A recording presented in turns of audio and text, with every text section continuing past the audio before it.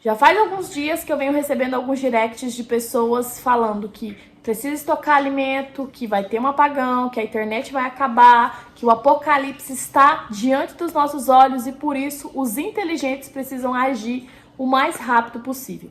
Hoje eu quero te convidar a olhar isso dentro de uma visão bíblica e também dentro da noção da lógica humana.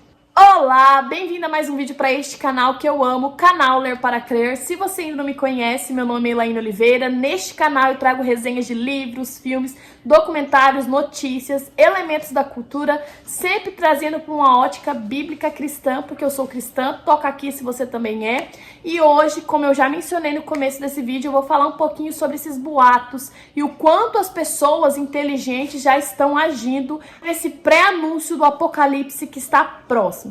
Bom, Elaine, você está sabendo de alguma coisa que eu não estou sabendo? Jesus já nos alertou na sua palavra que ele vai retornar e que ele deixou alguns sinais dessa vinda. Alguns sinais já estão acontecendo nos nossos dias e alguns ainda vão acontecer. Talvez nos nossos dias, talvez não.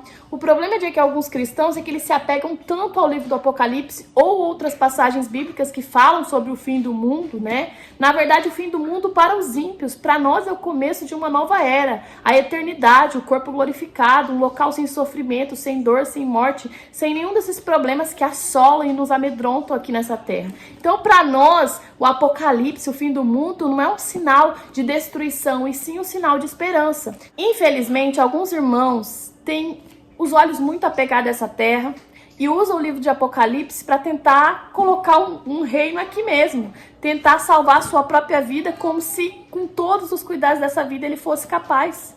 Independente se a comida acabar amanhã, a internet ou o que seja, acredito eu que não vai acontecer isso e eu já vou explicar por quê. A gente precisa se atentar que nós não somos deuses da nossa própria vida e que em algum momento ou ela vai acabar, né, ou nós vamos morrer, ou o Senhor vai nos buscar. Privilégio vai ter aqueles que o Senhor buscar e privilégio vai ter aqueles dos quais o Senhor buscar através da morte também. Afinal de contas, não existe maior privilégio para o cristão do que saber que a vida dele tem esperança. E eu quero começar falando com vocês um texto que eu amo muito na Bíblia, que se encontra em Mateus 6,25, que diz o seguinte: portanto, eu lhes digo, não se preocupem com suas próprias vidas, quanto ao que comer ou beber, nem com seus próprios corpos, quanto ao que vestir. Não é a vida mais importante do que a comida? E o corpo mais importante do que a roupa? Isso é uma pergunta e se você quiser ir na sua casa continuar lendo esse texto, você vai ver que Jesus fala para a gente olhar para os lírios do campo e olhar para os passarinhos do céu, que Deus ele reveste o lírio do campo e ele dá comida aos passarinhos. Por que ele não daria a nós? Quando ele nos revela nessa palavra, não quer dizer que é para você ficar deitada na sua casa e não trabalhar e não se esforçar. Pelo contrário, a Bíblia também nos alerta que aquele que não trabalha é melhor que não coma. Ou seja, Deus não aprova os preguiçosos, mas ele também diz para a gente não andar ansioso. Esse tipo de iniciativa de ficar estocando alimentos em grande quantidade ou se preparando para um fim do mundo que só existe na cabeça da pessoa, porque esse fim do mundo do qual as pessoas estão falando não está descrito na Bíblia. A Bíblia nos descreve outras questões para o fim do mundo, e uma delas é que haveria uma falsa sensação de paz, e que casamentos seriam proibidos, e que o evangelho seria anunciado em todo mundo. Nós precisamos tomar cuidado com os extremos, nem ser um preguiçoso que não pensa, né, em colher para o amanhã, mas também não ser uma pessoa ansiosa, achando que é capaz de cuidar da própria vida. Recentemente eu postei aqui no canal uma resenha daquele filme Sociedade da Neve, que você encontra disponível na Netflix. E na ocasião em questão, eu procurei os livros dessa história da tragédia dos Andes, né, no Milagre dos Andes. E um desses livros que eu encontrei foi justamente O Milagre dos Andes. E quando eu trouxe essa resenha, uma seguidora postou um comentário muito interessante, que foi uma percepção que eu também tive. Ela me falou que assistindo o filme, que é um filme muito pesado, né? Ver pessoas passando fome, frio e morrendo das diversas formas, seja por avalanche, seja porque não conseguiu comer, não conseguiu beber, teve infecção. Olhar aquela situação é entender que se não fosse Deus nas nossas vidas, nós não estaríamos aqui, porque a gente precisa do básico. A gente sem uma comida, sem uma bebida, que é a água, sem as necessidades básicas supridas, nós não somos nada, nós somos piores do que os animais. porque nós somos racionais, nós vamos entendendo o nosso fim e muitas vezes não aceitando ele. Então, o que a gente precisa entender primeiramente é que a nossa vida é fruto da misericórdia de um Deus grandioso. Eu sei que muitos ateus e pessoas que deixaram de acreditar em Deus usam o argumento de que eu não acredito em Deus porque o mundo é muito ruim, existem muitas pessoas ruins, crianças sofrendo, doenças e outros problemas. E existe também um lado de pessoas que são agnósticas, que ao mesmo tempo que elas não acreditam em Deus, elas não deixam de acreditar. E algumas até referem-se que se existe um Deus que fez tudo isso daqui, ele fez e jogou, né, as traças, deixou a gente se virar.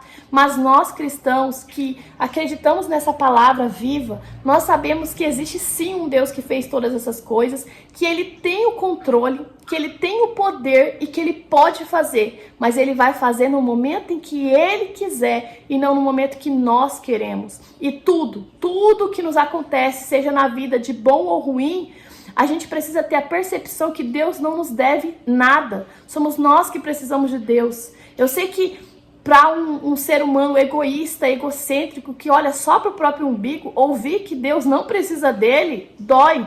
Mas a gente precisa ter essa percepção e a humildade de entender que mesmo diante dessas circunstâncias, o Senhor nos amou. Afinal de contas, entregou o próprio Filho para que os nossos pecados, a nossa dívida com Deus fosse paga.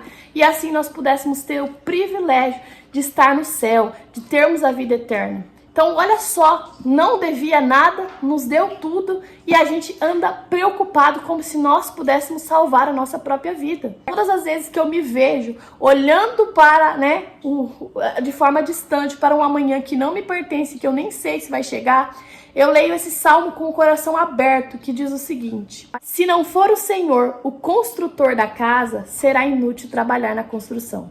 Se não for o Senhor que vigia a cidade, será inútil a sentinela montar guarda. Será inútil levantar cedo e dormir tarde, trabalhando arduamente por alimento. Olha que interessante. Deus em nenhum momento pede para a gente ser preguiçoso e deixar de trabalhar. Ele também não nos proíbe de pensar no futuro, às vezes de comprar uma casa, um carro, financiar algum imóvel, fazer alguma coisa pensando a longo prazo. Porque a gente também não sabe do amanhã, mas a gente tem que lutar diariamente, não vivendo como se todo dia fosse o último dia. Essa ideologia de viva cada momento como se fosse o último, muitas vezes leva as pessoas a viver eternamente um apocalipse, né? Então, ele pede pra gente ter esse equilíbrio, mas ele ainda diz que mesmo com todos os cuidados da nossa vida, nós não somos capazes de resguardar essa vida. Logo, a nossa confiança precisa estar no Senhor. A oração do Pai Nosso fala sobre isso. O pão nosso de cada dia nos dá hoje. Deus nos ensina na própria oração do Pai Nosso que a gente tem que orar pelo nosso pão de cada dia, lutando por esse pão de cada dia, sem ter aquela insegurança se o amanhã vai chegar ou não. A gente precisa ter essa temperança para entender que o Senhor é quem governa as nossas vidas. Eu lembro na greve dos caminhoneiros, apenas um setor parou e já começou a acontecer várias coisas. As pessoas levantaram o preço lá em cima, o gás ficou muito caro, muitas coisas aconteceram e a gente viu quanto nós precisávamos dos caminhoneiros. E não só dos caminhoneiros, nós precisamos uns dos outros. Esse princípio que as pessoas estão partindo de ficar estocando as coisas é mais um princípio egoísta, de pensar somente em si e na própria família. E agora eu quero entrar num ponto de vista não somente bíblico, mas que você use a lógica comigo neste momento. Supondo que acontece o apocalipse que essas pessoas que estão estocando alimento estão prevendo, né? Lembrando que eu quero abrir um parênteses aqui, entender que se você estoca alimento 2, 3 meses por conta das promoções, porque tá mais barato, porque, enfim, isso daí é indiferente. Eu estou falando de pessoas que estão se preparando para um fim do mundo, pelo fim da internet ou pelo fim, uma espécie de apocalipse, talvez provisório, outra vez definitivo, mas supondo que aconteça exatamente o que elas estão achando que vai acontecer. Elas vão precisar de segurança, elas vão precisar andar armadas, porque se acabar o alimento das outras pessoas, vão tentar invadir a casa delas para pegar o alimento. Uma pessoa desesperada, como eu já mencionei, o básico, faltou o básico, alimento e comida, as pessoas são capazes de fazer qualquer coisa. Quem sabe até comer os próprios parentes, enfim. A gente não precisa nem pensar nessa possibilidade para entender que o ser humano desesperado, ele é capaz de fazer qualquer coisa. E aí, tá, Elaine, mas essas pessoas também estão se preparando, armadas e tudo mais. Tá, preparou com arma, estocou alimentos e, graças a Deus, viveram felizes para sempre. Claro que não.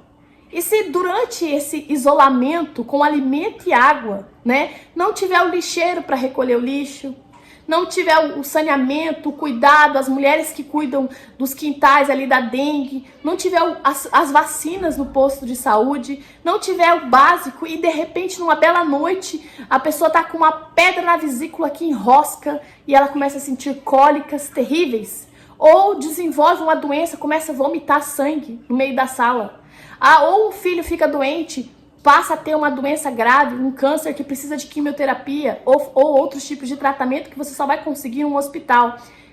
Imagina, é impossível a gente tentar salvar a nossa própria vida, porque se não for o Senhor para nos abençoar e abençoar todo o contexto do qual nós estamos inseridos, nada vai dar certo. Por isso que o Senhor não nos criou para vivermos sozinhos, isolados. Essas pessoas que têm essa falsa impressão de que não precisam das outras, que não gostam de viver em comunhão com outras pessoas, que se afastaram até mesmo da igreja porque se sentem melhores do que os que estão lá, ou que se decepcionaram e não querem conviver com pessoas. Essas pessoas têm uma falsa ideia de que conseguem viver sozinhas. Por isso que Deus alerta na palavra que a gente precisa orar por nós, pela nossa igreja, pelos nossos líderes, até mesmo pelos nossos governantes, para que a gente tenha uma vida de paz enquanto estamos aqui. Vamos ter essa vida o tempo todo? Paz? Falta de perseguição?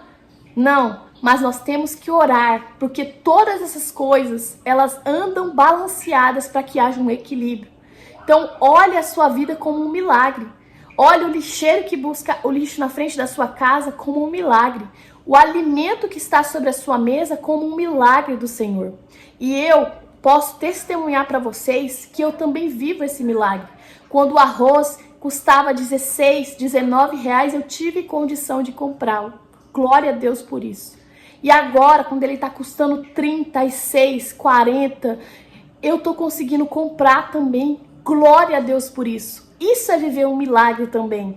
Não que eu seja contra você que foi lá e comprou 10 pacotes de arroz porque estava barato e agora você está com um monte de arroz dentro de casa e não está precisando pagar 40 reais. Eu não sou contra esse tipo de estocamento. Eu sou contra esse estocamento maluco, como se o fim do mundo tivesse próximo. E o que eu mais temo diante dessa situação, e fico triste por isso, é saber que essas pessoas que estocam tantos alimentos, elas podem chegar a morrer de acidente ou de alguma doença ou alguma coisa acontecer e esses alimentos estragarem. Sabendo que tem muitas pessoas que fariam bom proveito desse alimento, pessoas que às vezes estão passando necessidades básicas dentro de casa, que precisariam desses alimentos, e as outras estão ali estocando. Então, beira um pouco o egoísmo, pensar somente em mim e na minha família, sabendo que Jesus fala pra gente orar por todos, porque aí vem mais um milagre que a Bíblia nos revela.